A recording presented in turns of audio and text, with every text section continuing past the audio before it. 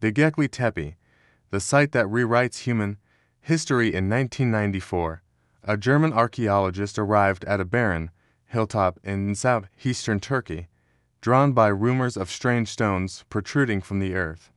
What he unearthed would shatter everything we thought we knew about the dawn of civilization. This wasn't just another ancient temple. This was a monument built by hunter-gatherers who had no business constructing something more sophisticated than Stonehenge 6,000 years before Stonehenge even existed. Pause text on screen. Cluster Story. This is Cluster Story, where we take a deep dive into history to get a great understanding of how we got here.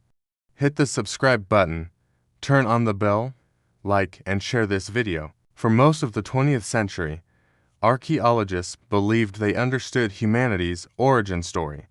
First came agriculture around 10,000 BCE.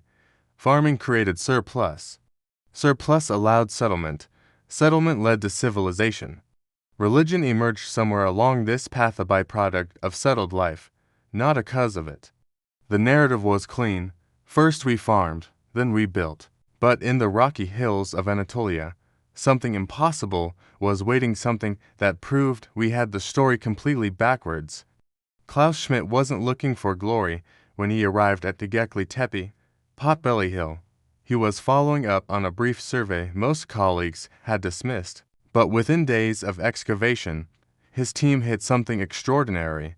Massive T-shaped pillars, carved from single pieces of limestone, buried vertically in the ground.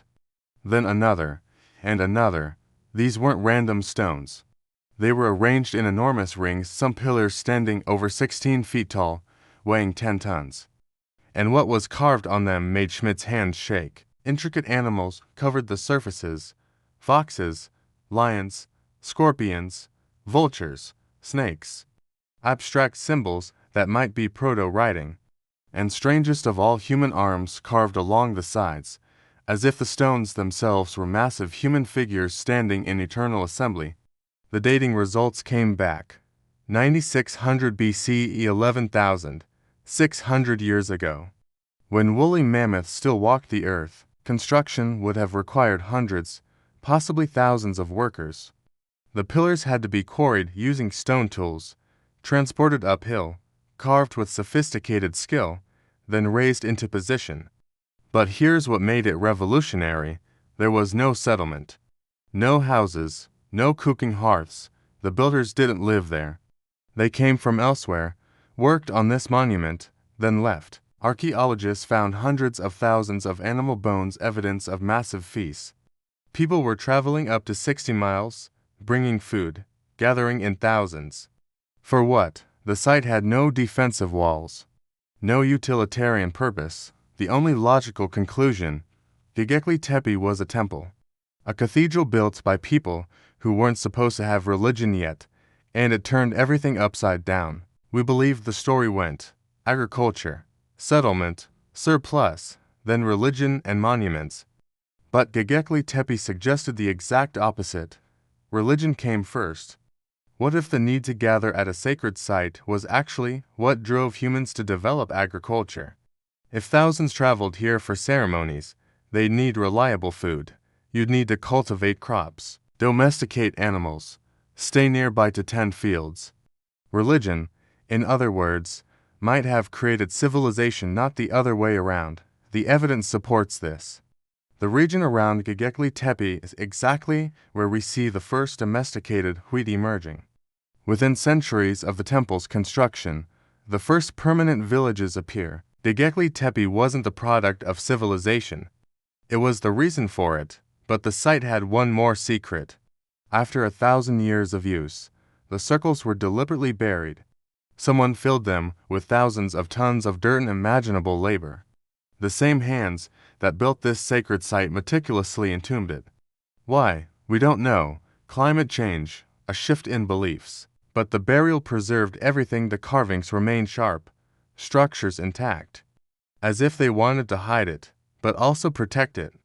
Even stranger, Göbekli Tepe isn't alone.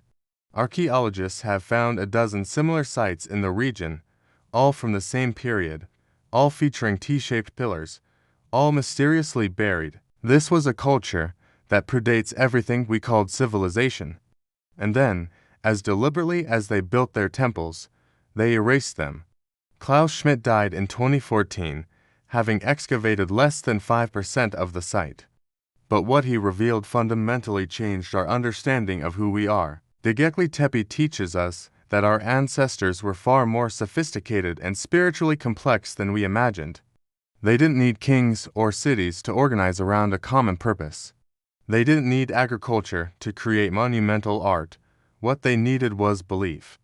The site challenges our assumptions about progress that humans moved in a straight line from primitive to advanced. Instead, it shows us that 11,000 years ago, people grappled with the same questions we face.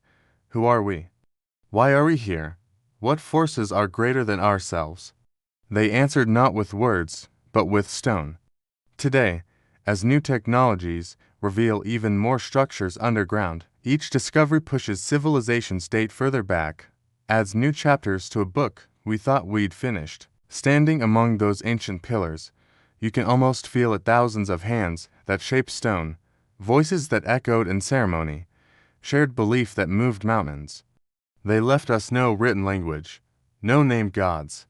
But they left something more profound, proof that the human impulse to create, to gather, to reach for something transcendent is as old as humanity itself. The story of civilization didn't begin where we thought. It began in the questions we asked before we knew how to write them down, and